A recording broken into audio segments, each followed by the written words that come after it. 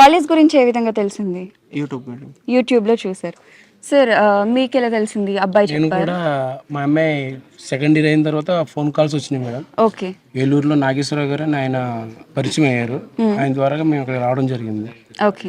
నేనైతే మా అమ్మాయిని తీసుకొచ్చాను మేడం. ఓకే. ఇక్కడికి వచ్చిన తర్వాత బాగానే చూసుకున్నారా? ఎందుకంటే లాంగ్ నుండి వచ్చారు, మీకేం తెలియదు ఇక్కడ. Yes madam. బాగానే చూసుకున్నారా? చాలా బాగా చూసుకున్నారండి, అంత బాగా జరిగింది.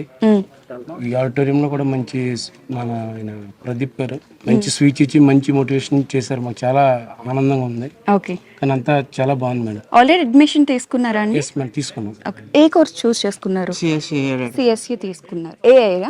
ఏ and DS. A and DS తీసుకున్నారు. ఓకే. కోర్స్ గురించి కానీ ఫ్యాకల్టీ గురించి కానీ ఏదైనా బ్రీఫింగ్ ఇచ్చారా మీకు ముందు? ఎలా ఉంటుంది ఏంటి 4 year కరిక్యులం అనేసి?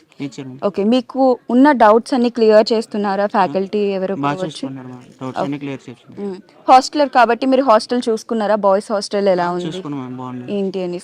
సరే, ఇంత దూరంలో ఉంది, చాలా ఫీజు ఉన్నాయి అనేసి కొంతమంది అనుకుంటారు. ఫీజెస్ ఎలా ఉన్నాయి ఇక్కడ? మెయిన్ మాకు అక్కడ చదివితే ఫీజు ఎక్కువ అవుతుందనే స్పెషల్గా ఇక్కడ రావడం జరిగిందండి. అంత దూరం నుంచి కేవలం రావడానికి ఫీజు ప్రాబ్లం వల్ల ఇక్కడ రావడం జరిగింది. క్వాలిటీ ఎడ్యుకేషన్ ఉంటే ఫీజు కూడా తక్కువగా ఉంటుంది. అండ్ ఫెసిలిటీస్ కూడా చాలా ఉన్నాయి, క్లబ్స్ చాలా ఉన్నాయి, అండ్ డిఫరెంట్ కల్చరల్ యాక్టివిటీస్ కూడా చాలా స్కోప్ ఉంది ఇక్కడ. సో మీరు తీసుకున్న డిసిషన్ కరెక్ట్ అనుకుంటున్నారా? కరెక్టే మేడం. Thank you. 100% కరెక్ట్.